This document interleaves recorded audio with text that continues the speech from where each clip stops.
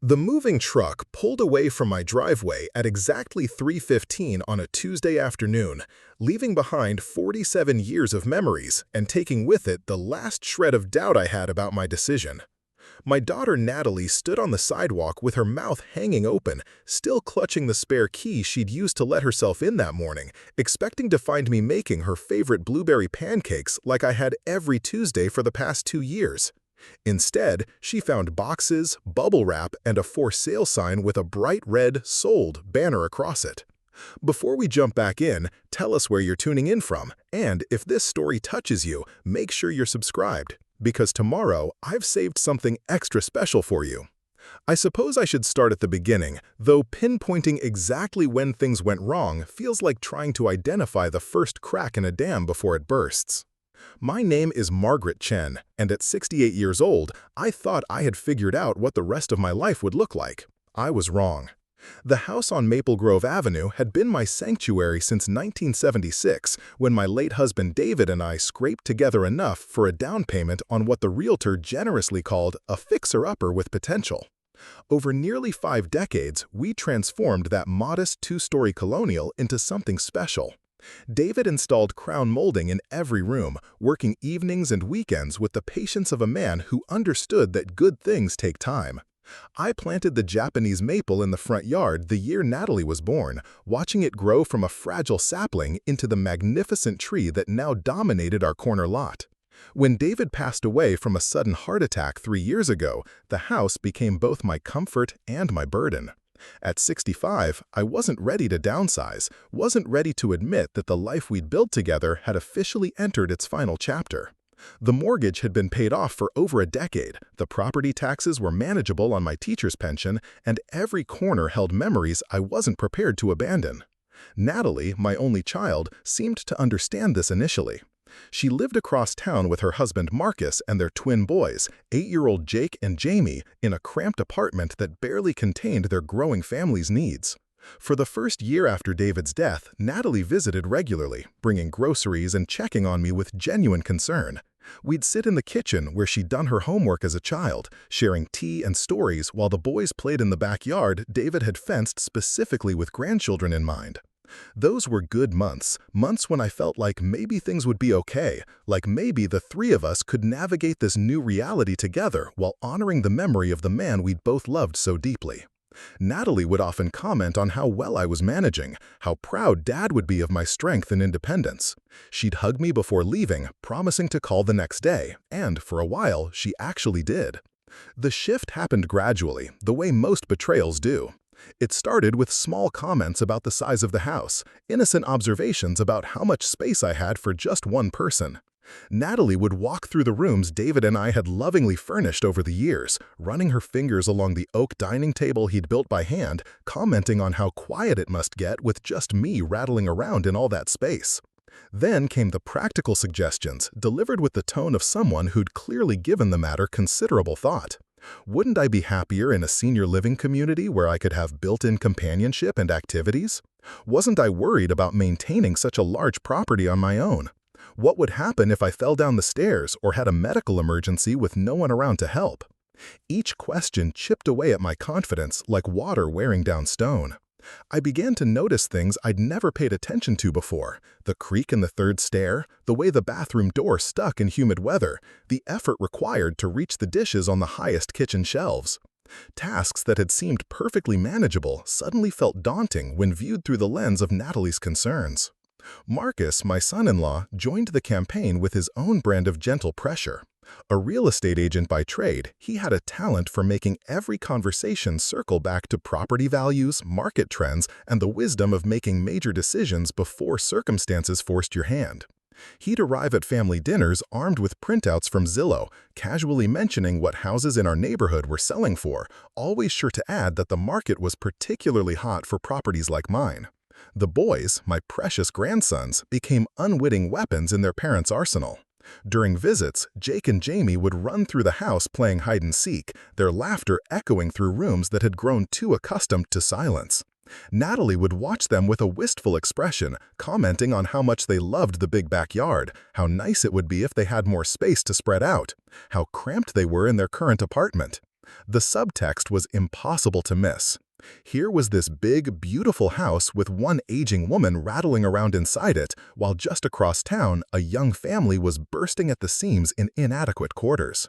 The obvious solution hung in the air between us, never explicitly stated, but always present. I found myself making mental calculations that felt both logical and heartbreaking. The house had 4 bedrooms, 3 full bathrooms, a finished basement, and a 2-car garage. Natalie's apartment had 2 small bedrooms, 1 bathroom, and no outdoor space to speak of. From a purely practical standpoint, the math was undeniable. But practicality and emotion are rarely good bedfellows, and every time I considered the possibility of leaving, I felt like I was betraying David's memory. We'd chosen this house together, transformed it together, planned to grow old together within its walls. Every improvement, every piece of furniture, every photo on every wall represented a choice we'd made as a couple. How could I abandon all of that for the sake of solving someone else's housing problem? The pressure intensified after I had what Natalie dramatically referred to as my incident. I'd been cleaning the guest room, standing on a step stool to dust the ceiling fan when I lost my balance and tumbled to the floor. It was more embarrassing than dangerous, resulting in nothing worse than a bruised hip and wounded pride, but Natalie treated it like a near-death experience. She arrived within minutes of my phone call, bringing with her a level of concern that seemed disproportionate to the actual situation. She insisted on driving me to the emergency room despite my protests, spending the entire ride lecturing me about the dangers of living alone at my age. The young doctor who examined me agreed that I was fine, just shaken up, but recommended that I consider having someone check on me more frequently. That single medical opinion became Natalie's rallying cry. She began calling every morning and evening, ostensibly to check on my well-being, but really to inventory my activities and assess my capabilities. Had I taken my medication? Was I eating properly? Had I been up and down the stairs multiple times? Each question felt like an evaluation, each answer scrutinized for signs of decline. The morning calls were the worst because they caught me at my most vulnerable, those first waking moments when the silence of the empty house pressed against me like a physical weight. David and I had shared a morning routine for over 40 years, discussing our plans for the day over coffee and toast, reading sections of the newspaper aloud to each other, debating everything from local politics to the weather forecast. Now I woke to solitude and the inevitable ring of Natalie's phone calls, her voice bright with artificial cheer as she performed her daily wellness check. The evening calls were different, filled with updates about the boys' activities and Marcus's work, details about their life that somehow always circled back to their housing situation. The apartment was too small for the boys to have friends over, the neighbors upstairs were too loud, the lack of a yard meant the twins had nowhere to burn off their energy.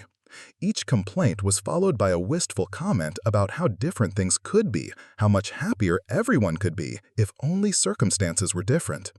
I began to dread those conversations, the way they made me feel simultaneously guilty and resentful. I wanted my daughter and her family to be happy, wanted the boys to have space to grow and play, but I couldn't shake the feeling that their happiness was being positioned as incompatible with my own comfort and security.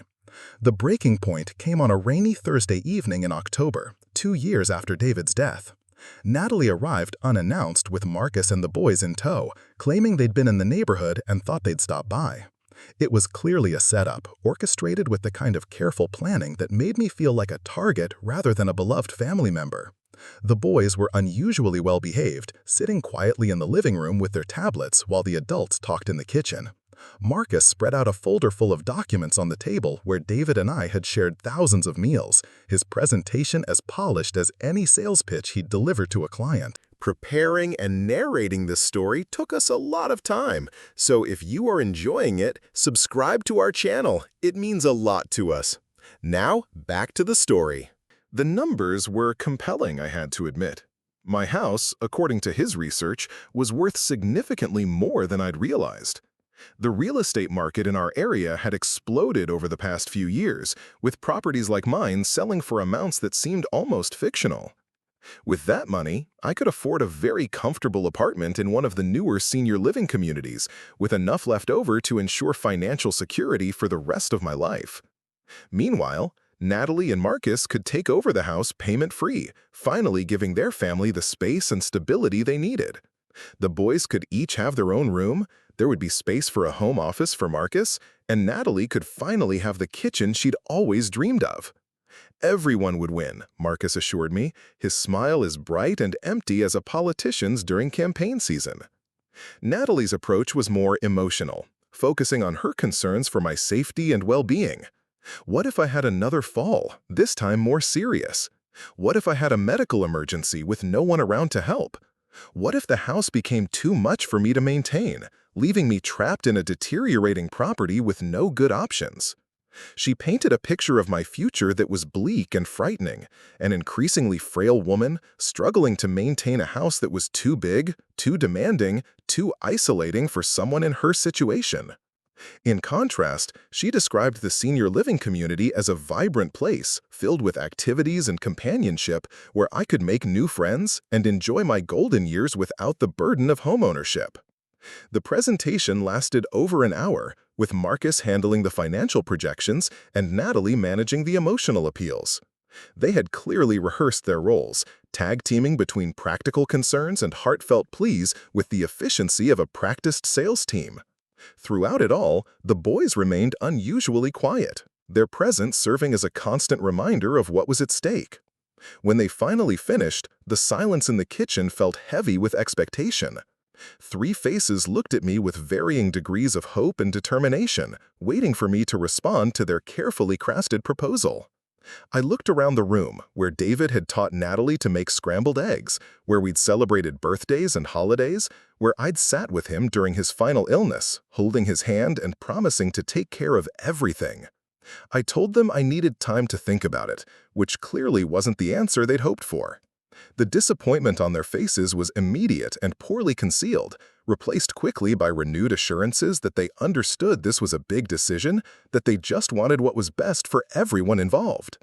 But as they gathered their papers and prepared to leave, I caught a glimpse of something that chilled me to the bone.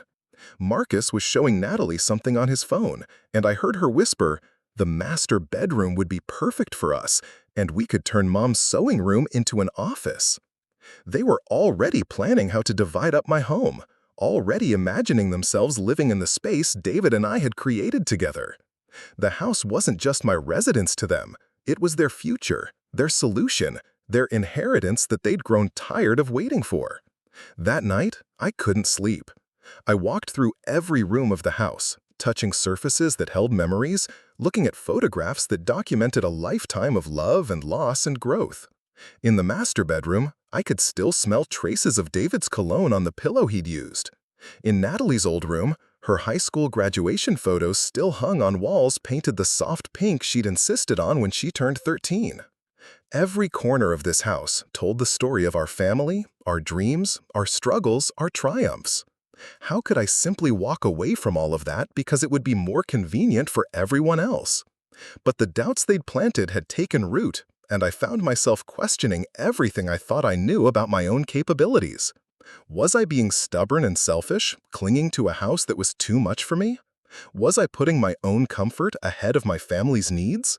Was I risking my safety and their peace of mind out of misplaced sentimentality?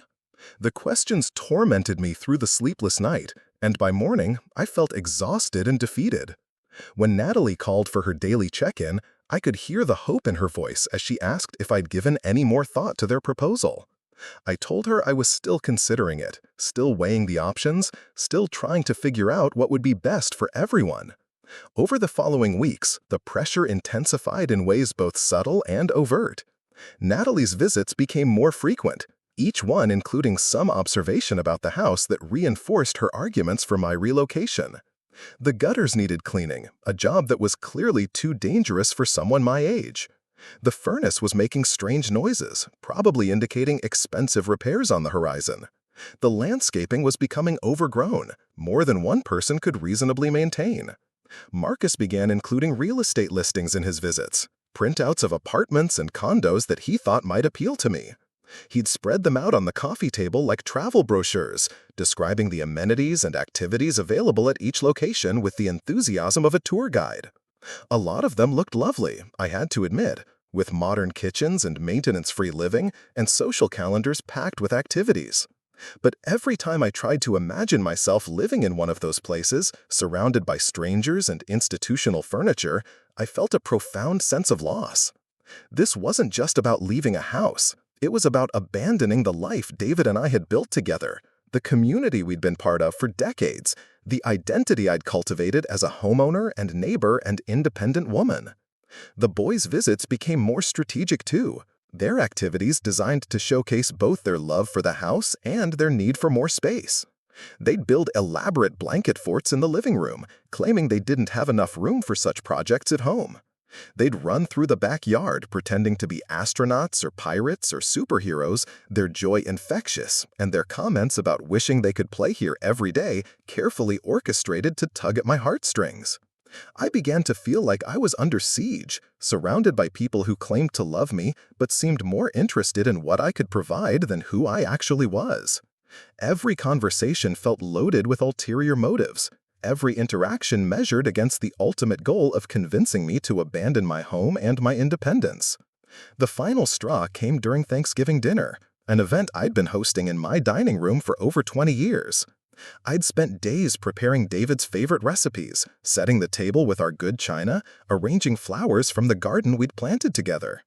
I wanted the day to be perfect, a celebration of family and gratitude that might remind everyone what we had to be thankful for. But the meal felt tense from the moment everyone arrived. Marcus kept commenting on the amount of work I'd done, how exhausting it must be to prepare such an elaborate feast single-handedly. Natalie fussed over me constantly, jumping up to refill water glasses and clear plates as if I were incapable of hosting my own dinner party. The breaking point came during dessert, when 8-year-old Jake innocently asked when they were going to move into Grandma's house.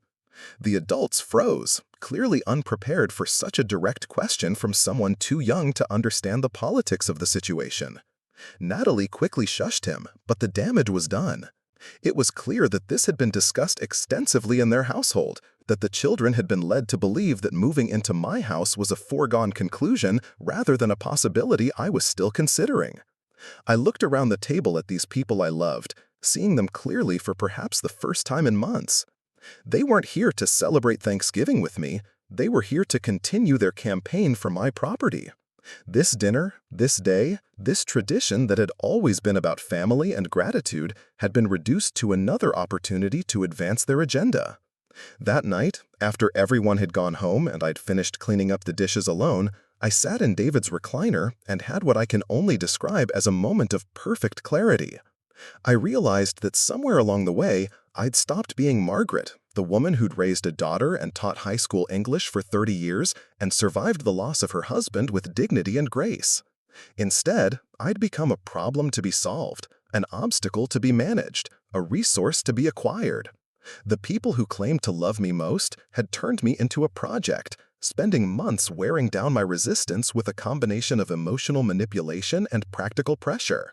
They didn't see me as a competent adult capable of making my own decisions. They saw me as a confused elderly woman who needed to be guided toward the choice they'd already made for her. But I wasn't confused, and I wasn't helpless, and I sure as hell wasn't ready to be managed by my own daughter. I was angry, angrier than I'd been since David's death, and that anger felt like waking up after months of sleepwalking through my own life. I spent the entire weekend thinking about my situation, really thinking about it for the first time since this whole campaign had begun. I considered what I actually wanted versus what everyone else thought I should want.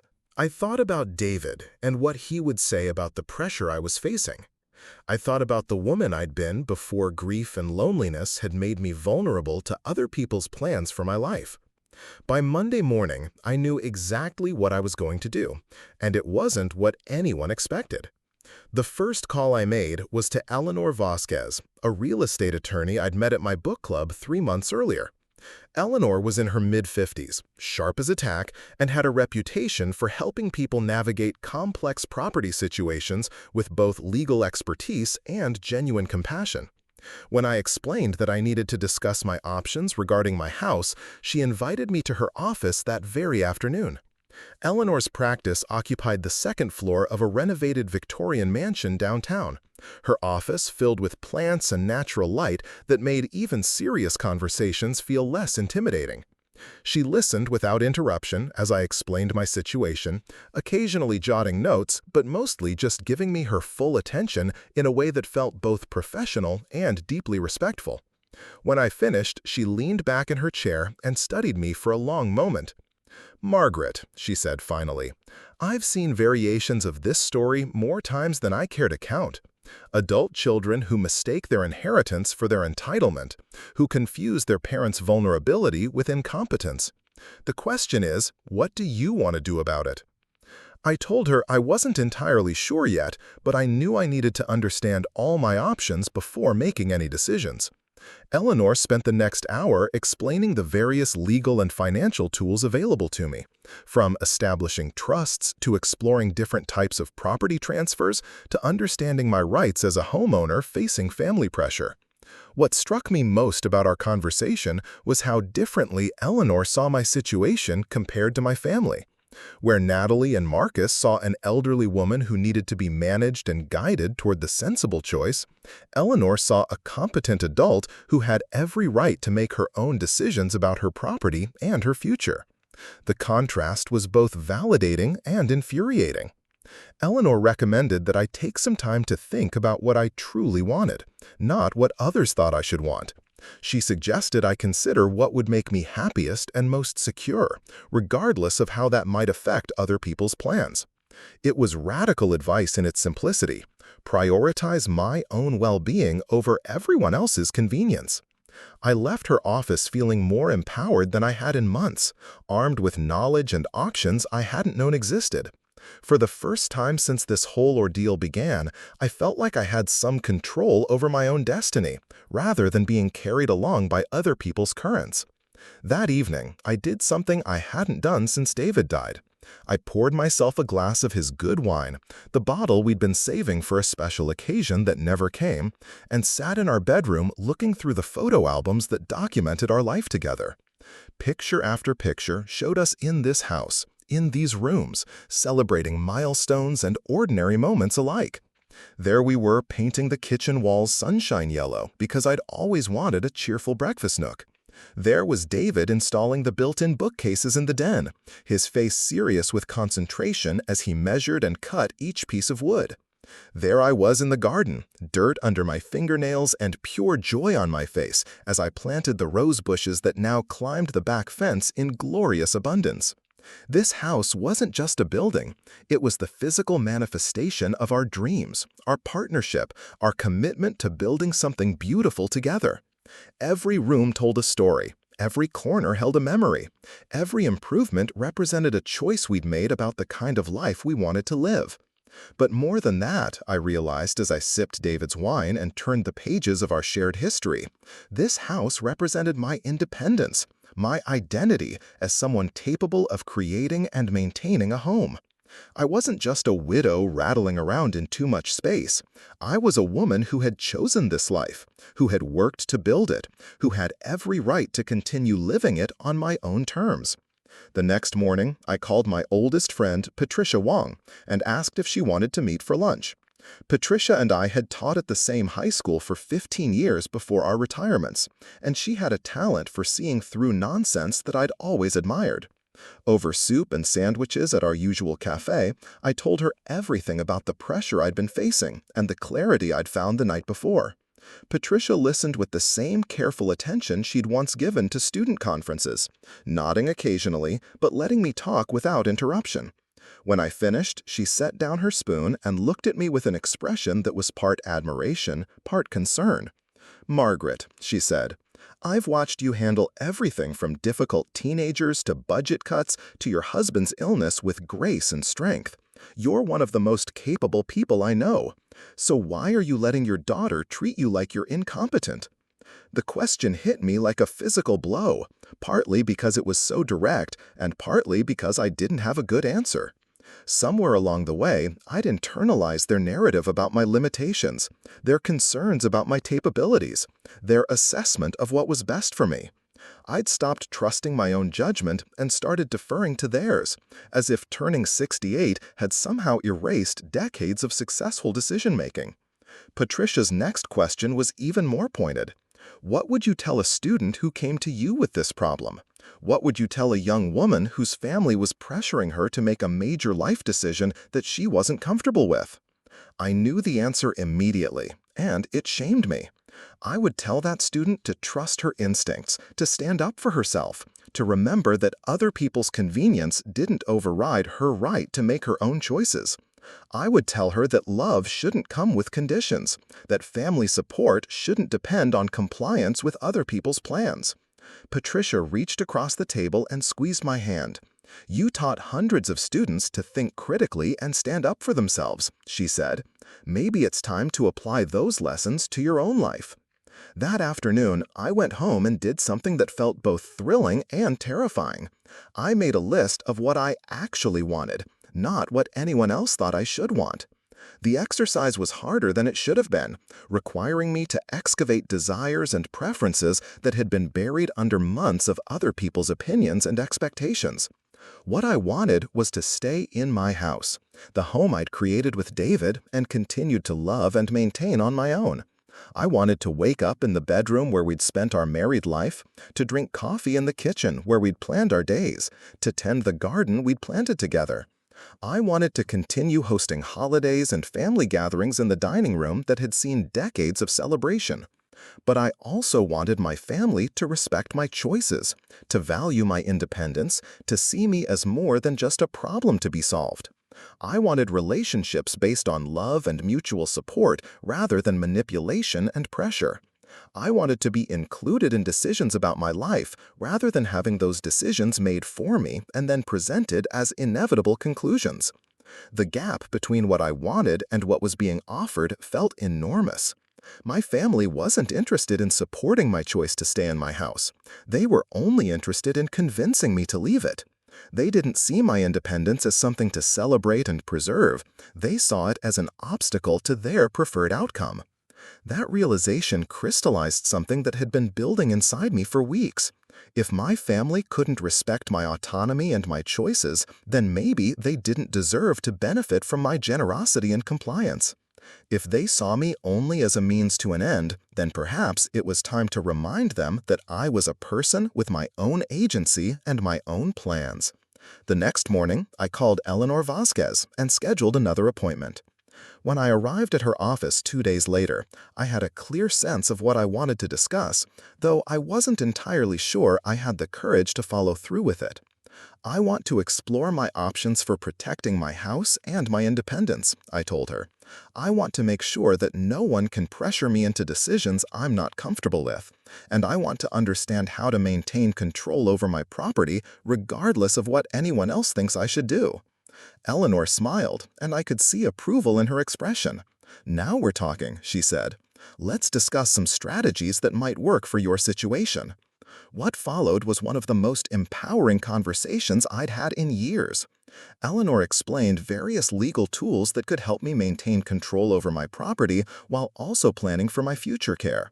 She talked about living trusts, power of attorney documents, and other mechanisms that could protect both my autonomy and my assets.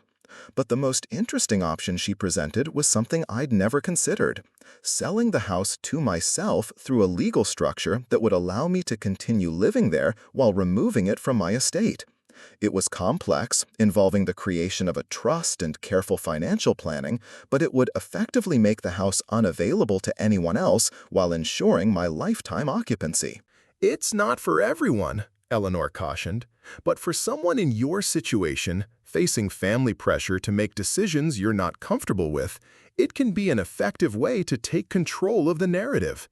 Instead of being the vulnerable widow who needs to be managed, you become the proactive planner who's taking charge of her future." The idea was intriguing, but I needed time to think about it. Eleanor gave me materials to read and suggested I take a few weeks to consider my options. She also recommended that I speak with a financial advisor to understand the full implications of any major decisions. Meanwhile, the pressure from my family continued unabated. Natalie's daily phone calls became increasingly pointed, with subtle hints about time-sensitive opportunities and market conditions that wouldn't last forever. Marcus began leaving real estate listings on my kitchen counter during their visits. each one featuring a property he thought might suit me better than my current situation. The twins, sweet as they were, had clearly been coached to make comments about how much they loved Grandma's house and how sad they were that they couldn't live there. Their innocent observations felt like tiny daggers, reminders of what I was supposedly depriving them of by clinging to my stubborn desire for independence. But the more they pushed, the more determined I became to resist. Their tactics felt increasingly manipulative, their concern increasingly performative. They weren't worried about my well-being. They were frustrated by my reluctance to cooperate with their plans. The turning point came during a family dinner in early December, just over a week after my second meeting with Eleanor. Natalie had prepared an elaborate meal at her apartment, clearly intended to demonstrate how cramped their living situation was. The four of them lived in a two-bedroom space that felt cluttered and chaotic, with the boys' belongings scattered throughout the common areas and no dedicated space for homework or quiet activities. Throughout the meal, Marcus made pointed comments about their housing challenges, while Natalie sighed dramatically about the lack of storage and privacy.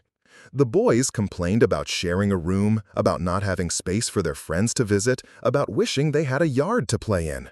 It was theater, pure and simple, a carefully orchestrated performance designed to make me feel guilty for occupying space they felt they needed more than I did.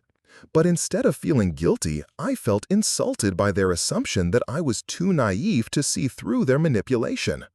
The final act came after dessert, when Marcus pulled out a folder I'd seen before. "Mom," Natalie said, using the serious tone she'd perfected for important conversations, "we found the perfect place for you. It's a beautiful senior community with everything you could want, and the timing couldn't be better." She spread out glossy brochures featuring attractive older people engaged in various activities, playing cards, gardening, attending lectures, socializing in elegant common areas.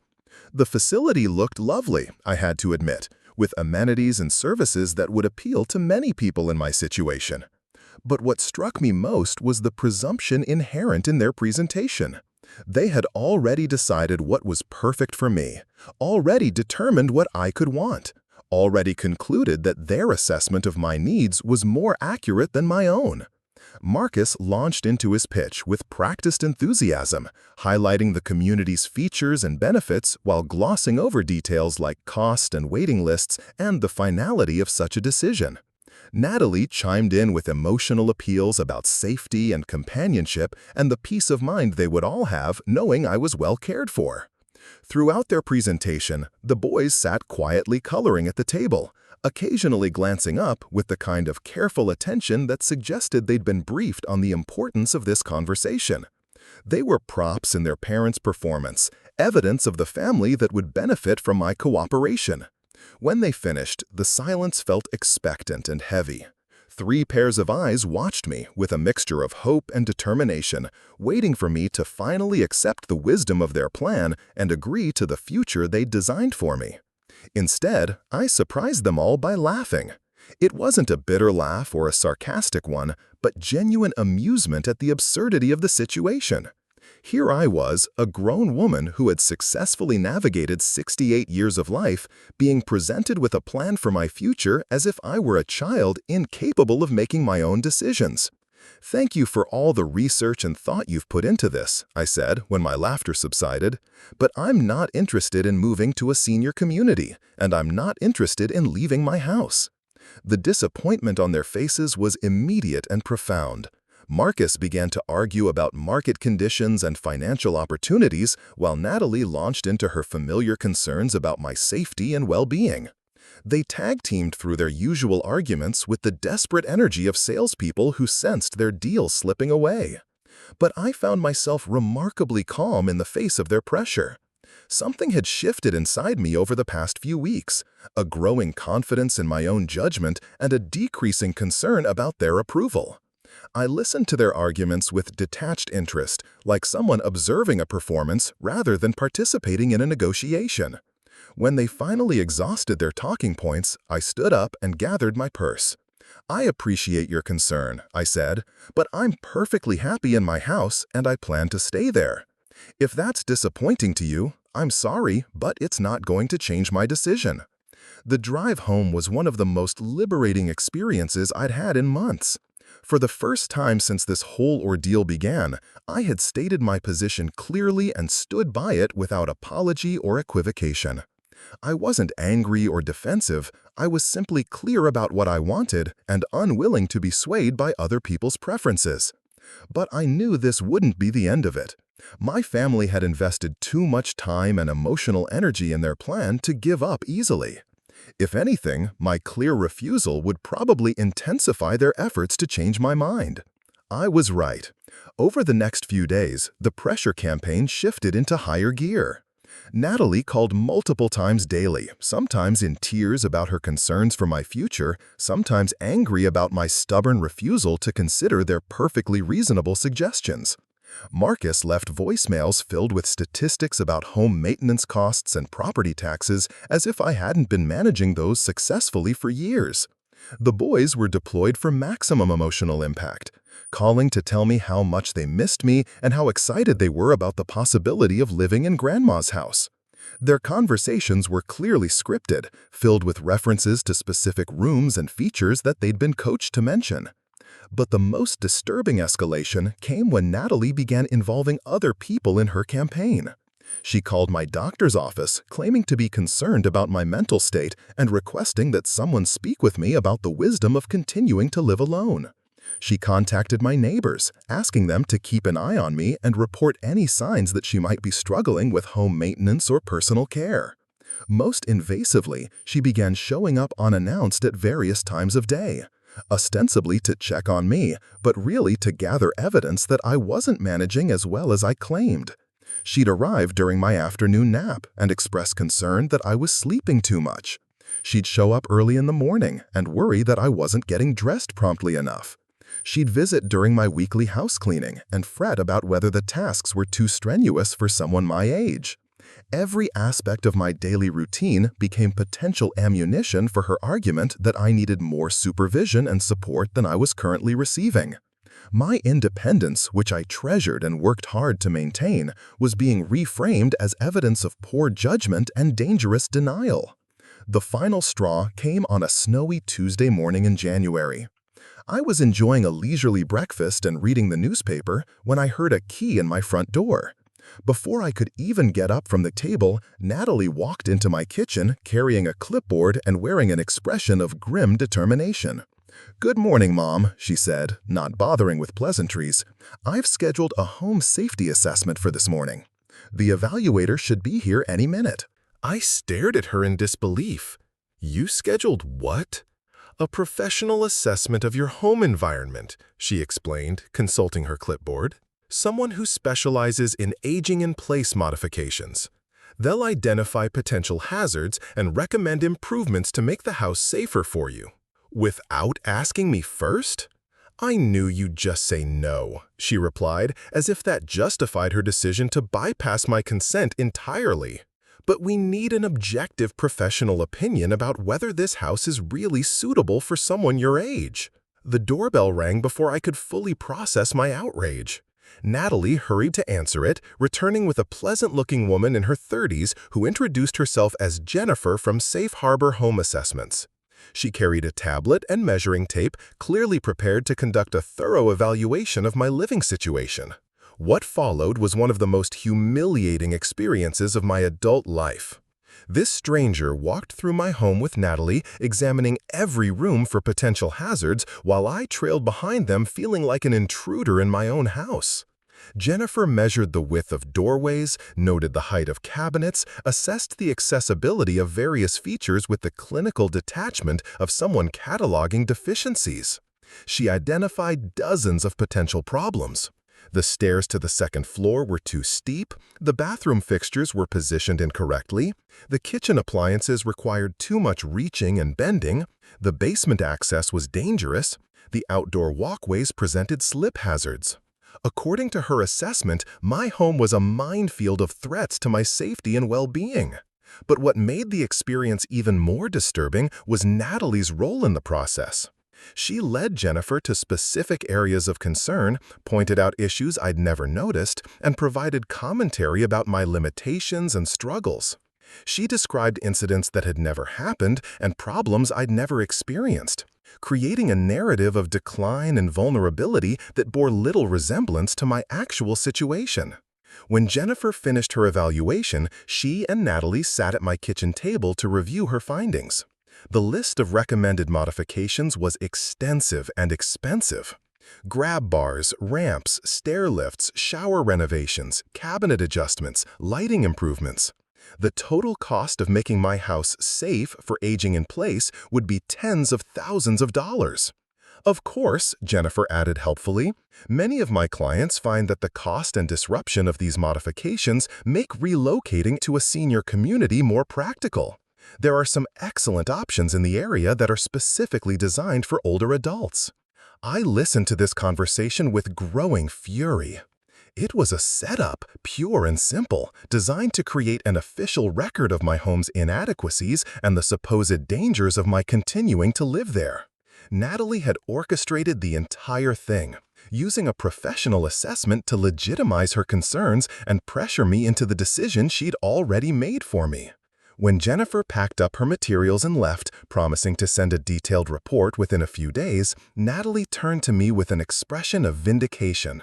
"Now do you see why we're so worried?" she asked. "A professional has confirmed that this house isn't safe for you anymore." I looked at my daughter, this woman I had raised and loved and supported through every stage of her life, and realized that she had become someone I barely recognized. The caring, thoughtful person I remembered had been replaced by someone willing to manipulate and deceive to get what she wanted. Someone who saw my well-being as secondary to her own convenience. "Get out," I said quietly. "Mom, get out of my house." My voice was steady but unmistakably firm. "Take your clipboard and your fake concerns and your manipulative schemes and get out." "But the assessment shows—" "The assessment shows exactly what you wanted it to show," I interrupted. "You brought a stranger into my home to create problems that don't exist and solutions I don't need. You violated my privacy and my trust to advance your own agenda." Natalie's face flushed red. "I'm trying to help you." "No," I said, standing up from my chair. "You're trying to control me. There's a difference." She gathered her things with the wounded dignity of someone who believed her motives were pure, even if her methods were questionable. At the door, she turned back with tears in her eyes. "When something happens to you in this house, when you get hurt because you were too stubborn to listen to people who care about you, don't blame us for not doing everything we could to protect you." After she left, I sat in my quiet kitchen and felt something crystallize inside me. This wasn't about my safety or my well-being or my best interests. This was about control, about a family who had decided that my preferences were less important than their plans, who saw my independence as an obstacle rather than something to respect and preserve. I picked up the phone and called Eleanor Vasquez. "I'm ready to discuss that trust option you mentioned," I told her. "I want to make some changes and I want to make them now." Eleanor's office felt like a sanctuary when I arrived the next morning, still shaking from the confrontation with Natalie. My attorney listened without judgment as I described the home assessment ambush, nodding occasionally with the grim recognition of someone who had seen similar tactics before.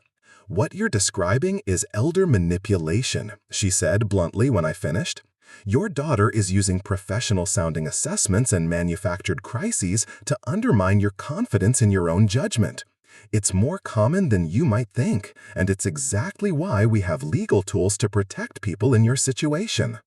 Eleanor spread several documents across her desk, each representing a different strategy for securing my autonomy and protecting my assets. The option that resonated most strongly was something she called an irrevocable living trust, a legal structure that would transfer ownership of my house to a trust while guaranteeing my right to live there for the rest of my life. "The beauty of this approach," she explained, "is that it removes the property from your estate entirely. Your daughter can't inherit what you no longer own, and she can't pressure you to sell what's already been transferred. You become the beneficiary of your own trust with all the security that provides. The process would take several weeks to complete, requiring appraisals, financial planning, and careful legal documentation. But once established, the trust would be virtually impossible to challenge or undo. My house would be protected from family interference claims and my own potential future incapacity. There is one significant consideration, Eleanor warned. This decision is permanent. Once you transfer the property to an irrevocable trust, you can't change your mind if circumstances shift or relationships improve. You need to be absolutely certain this is what you want. I thought about Natalie's betrayal the day before, about months of manipulation and pressure, about the way my family had systematically undermined my independence while claiming to act in my best interests. The decision felt not only right, but inevitable. I'm certain, I told Eleanor. Let's do it. What followed were some of the most empowering weeks of my life. Instead of passively accepting other people's plans for my future, I was actively crafting my own. I met with financial advisors, property appraisers, and tax specialists, learning about aspects of estate planning I'd never considered. Each meeting reinforced my growing confidence that I was making smart, proactive decisions about my life. Meanwhile, I implemented what Eleanor called an information diet with my family. Natalie's phone calls went to voicemail more often than not, and when I did speak with her, I kept the conversations brief and focused on neutral topics. I stopped explaining my daily activities or defending my choices, recognizing that any information I shared would likely be used as ammunition for future pressure campaigns. The change in dynamic was immediate and telling. Without detailed updates about my routines and activities, Natalie's concerns became more general and less convincing. Her warnings about my safety and well-being lost their specificity, revealing them as the manufactured anxieties they had always been. Marcus tried a different approach, showing up unannounced with real estate market reports and financial projections, hoping to catch me in a vulnerable moment. But I'd learned to see through his sales tactics, recognizing the way he manipulated data to support predetermined conclusions. Instead of engaging with his presentations, I simply told him I wasn't interested and asked him to leave. The twins, sweet as they were, had clearly been coached to express disappointment about not being able to move into Grandma's house. Their scripted comments about wanting bigger bedrooms and a backyard were transparent attempts to guilt me into reconsidering my position. I felt sorry for them being used as pawns in their parents' campaign, but I refused to let their manufactured sadness influence my decisions. 3 weeks into the trust establishment process, I received an unexpected visitor. Patricia Wong appeared at my door on a Saturday morning with coffee and pastries, claiming she was in the neighborhood and thought she'd stop by. But I could see concern in her expression that suggested this wasn't a casual visit. "How are you holding up?" she asked as we settled in my living room with our coffee. "I heard through the grapevine that things have been tense with your family lately." I shouldn't have been surprised that word had gotten around. Natalie had always been dramatic, and her version of our conflict was probably spreading through social circles like wildfire. I imagined her portraying herself as the concerned daughter trying to help a stubborn mother who refused to see reason. "I'm doing well," I told Patricia honestly. "Better than I have in months, actually. I'm finally taking control of my own situation instead of letting other people make decisions for me." Patricia studied my face carefully. "Natalie called me," she admitted. "She's worried about you. She thinks you're being influenced by someone who doesn't have your best interests at heart." I almost laughed. The irony was stunning. After months of manipulation and pressure, Natalie was now concerned that someone else might be influencing me. The idea that I might be capable of making my own decisions apparently wasn't worth considering. "Did she mention the home assessment she arranged without my permission?" I asked, "or the way she's been pressuring me to sell my house so her family can move into it?" Patricia's expression shifted as I described what had really been happening. Like most people, she'd heard only Natalie's side of the story, the carefully crafted narrative about a worried daughter trying to help an aging mother who was making poor decisions. The reality of financial pressure and emotional manipulation painted a very different picture. "I had no idea," Patricia said when I finished. "She made it sound like you were struggling and refusing reasonable help. She never mentioned anything about them wanting to move into your house." "Because that would make their motives obvious," I replied. "It's easier to position themselves as concerned family members than to admit they're pressuring me to give up my home for their benefit." We talked for over an hour about family dynamics, aging, and the challenges of maintaining independence when others see vulnerability as an invitation to take control. Patricia shared stories from her own experience with adult children who struggled to accept their parents as autonomous adults rather than problems to be managed. "The hardest thing," she observed, "is that they probably do love you and worry about you, but they've convinced themselves that their plan is objectively better than your plan, so any resistance must be evidence of poor judgment rather than legitimate disagreement." Her insight crystallized something I'd been feeling but hadn't been able to articulate. My family's manipulation felt particularly painful because it was wrapped in genuine concern. They weren't malicious people trying to hurt me. They were well-meaning people who had decided that my preferences were less important than their assessment of my needs. But good intentions didn't excuse manipulative behavior, and love didn't justify disrespecting someone's autonomy. If anything, the fact that they claimed to care about me made their tactics more problematic, not less. The trust paperwork was completed on a cold February morning, finalized in Eleanor's office with signatures and notarizations that transformed me from homeowner to beneficiary. The legal language was complex, but the practical effect was simple.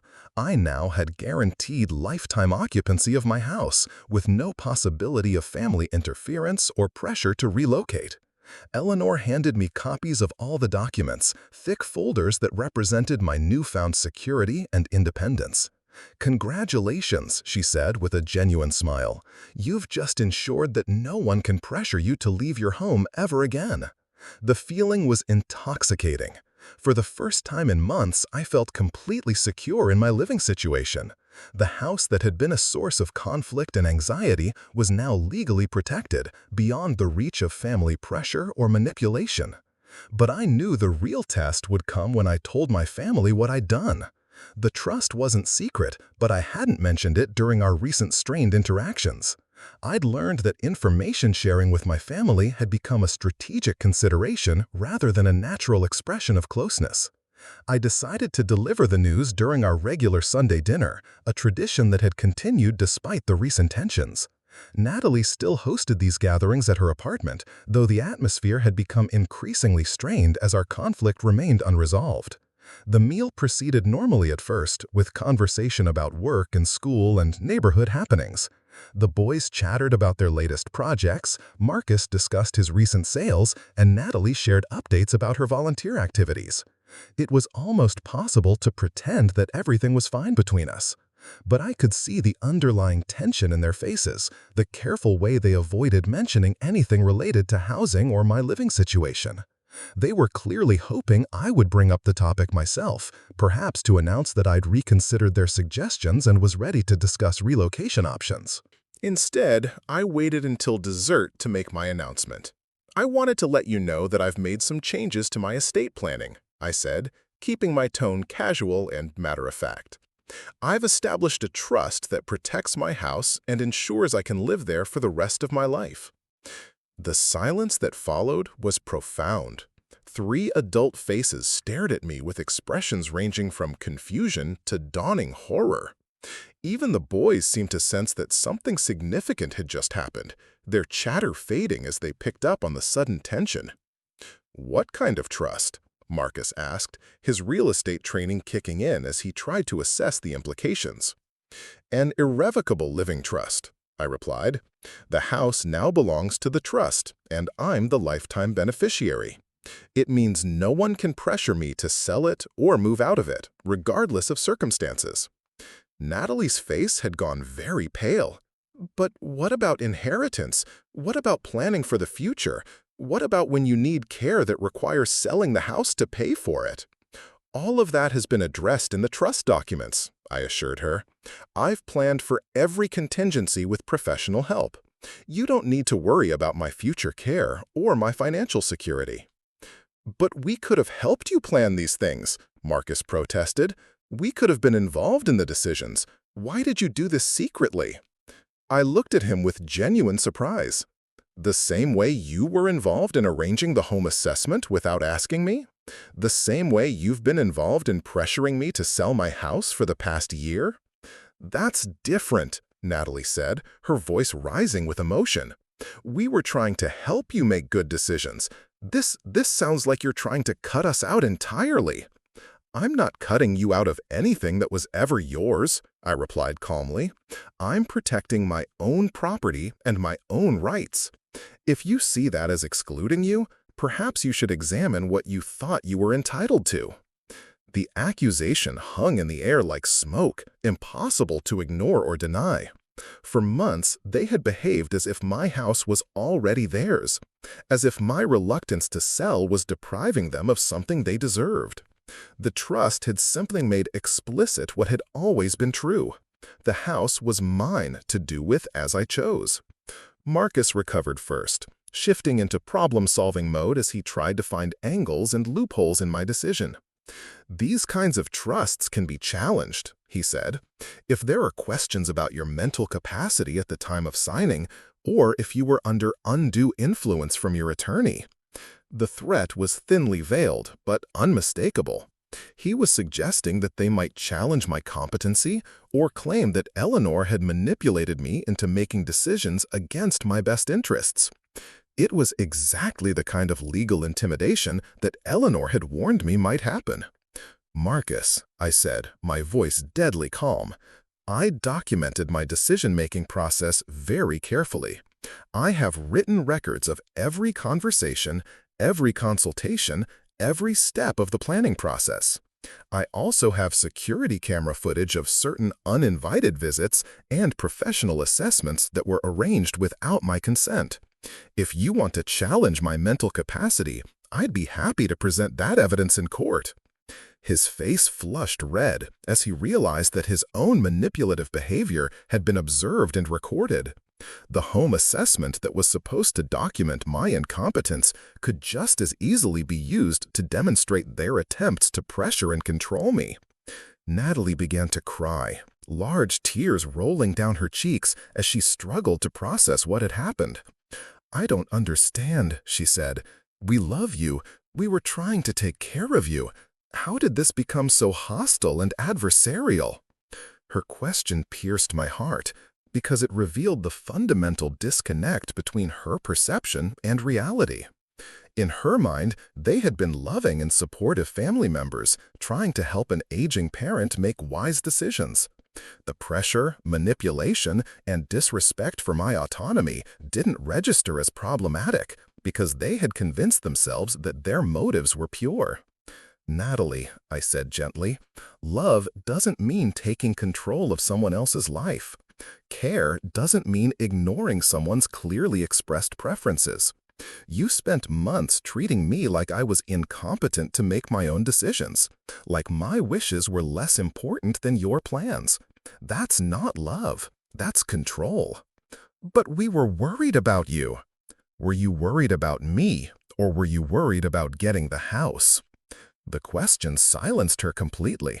She opened her mouth several times, but no words came out, her face cycling through emotions as she grappled with the implications of my challenge. Marcus tried to rescue the situation. "Of course we were worried about you. The house was secondary to your safety and well-being." "Really?" I asked. "Then you'll be happy to know that the trust ensures my safety and well-being by guaranteeing that I can stay in my home without interference. Problem solved." The boys had been listening to this exchange with wide eyes, clearly confused by the adult emotions and complicated discussions swirling around them. Jake, the more outspoken twin, finally spoke up. "Grandma, does this mean we can't ever live in your house?" His innocent question cut through all the adult posturing and revealed the heart of the conflict. These children had been told, implicitly or explicitly, that they would someday live in their grandma's house. They had been encouraged to see it as their future home, rather than my current one. "Sweetie," I said, kneeling down to his eye level, This is Grandma's house, and Grandma is going to live here for the rest of her life. But you can visit any time you want, and you can play in the backyard and help me with the garden and have sleepovers whenever your parents say it's okay. But Mom said we might move here, Jamie added, looking confused. Mom was making plans that weren't hers to make, I replied, glancing at Natalie. But that doesn't change how much I love you or how welcome you are in my home. The dinner ended awkwardly, with forced pleasantries and promises to talk soon that felt hollow and uncertain. As I drove home through the quiet streets, I felt a complex mixture of sadness and relief. I had protected my independence and my property, but at the cost of potentially damaging my relationship with my only child and her family.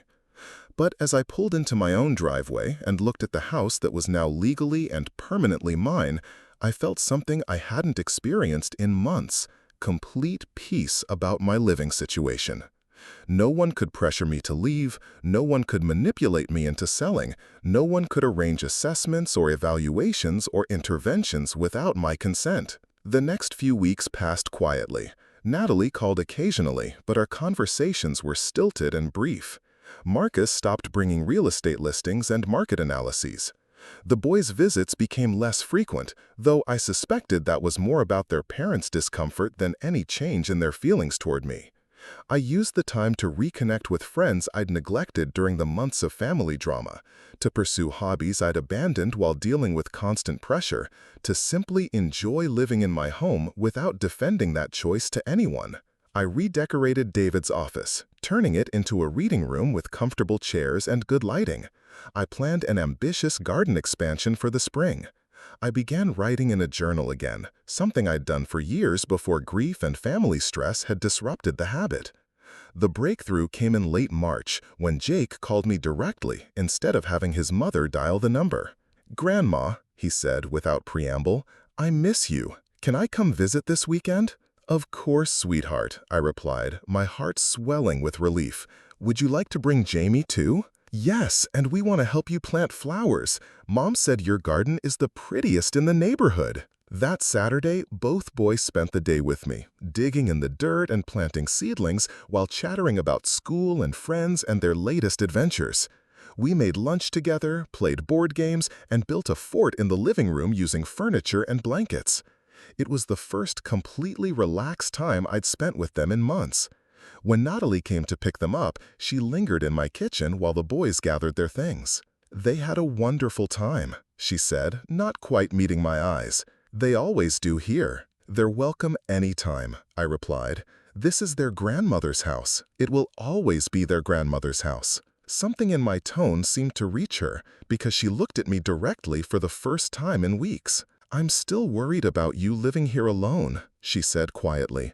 "Not because I want the house, but because I love you and want you to be safe." "I know you love me," I replied, "and I know you worry. But love means trusting me to make my own decisions, even when you disagree with them.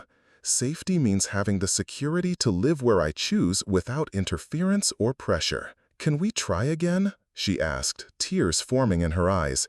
"Can we figure out how to have a relationship that doesn't involve me trying to control your life?" "I'd like that very much," I said, and meant it.